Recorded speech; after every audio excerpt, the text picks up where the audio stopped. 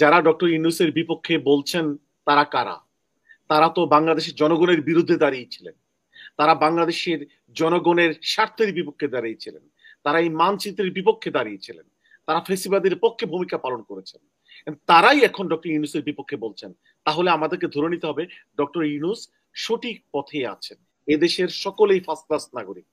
এদেশের সকলেই রক্ত দিয়েছে, সকলেই রাজপথে আন্দোলন করেছে। আমাদের মাঝে রাজনৈতিক মতপার্থক্য থাকবে, কম্পিটিশন থাকবে, বাট আমরা সকলেই মিলে এদেশের নাগরিক। বাট ফেসিবাদীরা তারা এদেশের স্বার্থের বিরুদ্ধে কাজ করছে, তারা এদেশের মানচিত্রের বিরুদ্ধে কাজ করছে, তারা অন্য দেশের পক্ষে হয়ে কাজ করছে। তাদেরকে রাজনীতি করতে দিবি কিনা এদেশের জনগণ they will have to decide. সংক্ষেপে আমি ভারত প্রসঙ্গে যে কথাটি বলছি, এটি একটি প্রপাগান্ডা। বাংলাদেশে ভারতের ইচ্ছায় সহযোগিতায় একটি অগণতান্ত্রিক ফ্যাসিবাদী সরকার চেপে বসেছিল, এই কথাটি আমরা স্পষ্ট করে বলেছি। এবং বাংলাদেশের স্বার্থের ব্যাপারে, স্বাধীনতা সার্বভৌমত্বের ব্যাপারে আমরা কারোর সাথে নমনীয় নই, কারোর সাথে আমরা আপোষ করতে প্রস্তুত নই। এই দেশ আমাদের, আমরা মনে করি এই মুসলিম বাংলার যদি সীমানা রক্ষা করতে হয়, তাহলে আমরা যে আদর্শকে ধারণ করি সে আদর্শকে ধারণ করে মুসলমানদের স্বার্থকে রক্ষা করার জন্যই আমরা বলিষ্ঠভাবে সকলে মিলে ঐক্যবদ্ধভাবে কাজ করে যেতে হবে। এই ব্যাপারে কোনো কম্প্রোমাইজের সুযোগ নেই, এই ব্যাপারে কোনো নিজেদের স্বার্থ দেখার সুযোগ নেই। ক্ষমতা যাওয়ার সিঁড়ি হিসেবে আমরা কাউকে ব্যবহার করতে চাই না, অথবা ক্ষমতা যাওয়ার জন্যই আমরা কারো আনুকূল্য চাই না। দেশের স্বাধীনতা সার্বভৌমত্বের ব্যাপারে আমরা আমরা রেজিলিয়েন্ট। তারপর হচ্ছে যে আপনার সেকেন্ড প্রশ্ন, ডক্টর ইউনূস সরকারের বিরুদ্ধে ভারতের প্রপাগান্ডা। হাসান নাসির সাহেব তো মানে যৌক্তিকভাবেই বলেছেন, না মুসাফি সাহেব মনে বলেছেন যে যখন আপনার শত্রুরা বলবে যে আপনি রং পথে আছেন, আপনাকে বুঝতে হবে যে আপনি রাইট পথে আছেন। সো এখন যারা ডক্টর ইউনূসের বিপক্ষে বলছেন তারা কারা?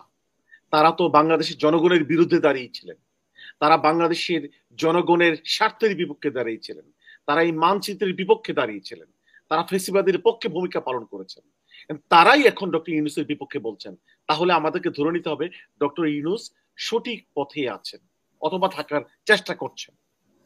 আর যারা ওই ফেসিবাদীদের পক্ষে ভূমিকা পালন করছেন, ডাইরেক্টলি ইনডাইরেক্টলি তাদের স্বার্থ রক্ষা করার চেষ্টা করছেন, তারা বাংলাদেশের মানুষের স্বার্থের পক্ষে নেই, বাংলাদেশের মানচিত্রের পক্ষে নেই।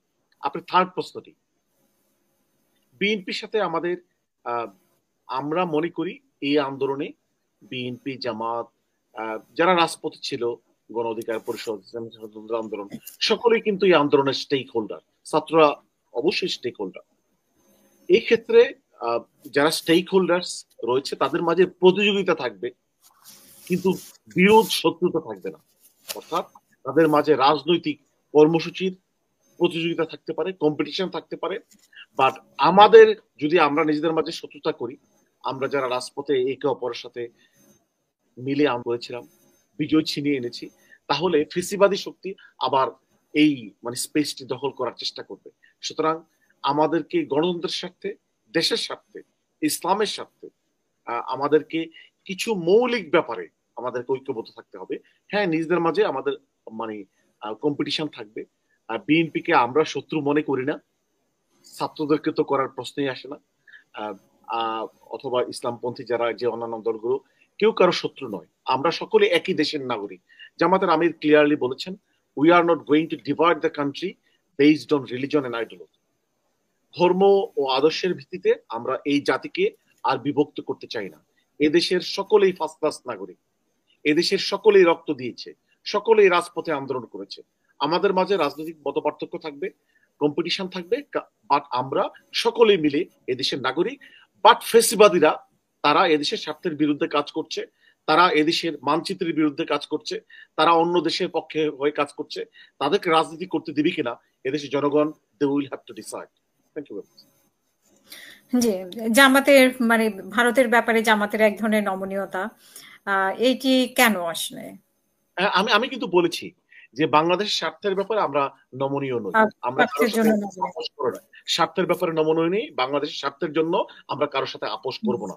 এবং যেহেতু আপনি প্রস্তুতি আমাকে 2 বার করেছেন, একটি দল ক্ষমতা যাওয়ার জন্য তারা আরেকটি দেশের সাথে কিছুটা আপোষ করেছে বলে মিডিয়াতে বলছেন, এবং সেই অন্য একটি শক্তি জামাতের বিরুদ্ধেই কিন্তু প্রপাগান্ডা করছেন। সুতরাং আপনি যে কথাটি বললেন, জামাত, এটা অন্যরা জামাতের ব্যাপারেও বলছে যে বিএনপি যেরকম আতাত করেছে, জামাতেরও এক ধরনের নমনীয়তা আছে। না, আমরা যদি নমনীয় হতামই, আমাদের বিরুদ্ধে অভিযোগ আসতো না, প্রপাগান্ডা হতো না। জামাতের বিরুদ্ধে কিন্তু সবচেয়ে বেশি প্রপাগান্ডা এখন হচ্ছে। তাহলে বুঝতে হবে এই কর্নেল মুস্তাফিজ সাহেবের থিওরি অনুযায়ী we are on the right path. Thank you.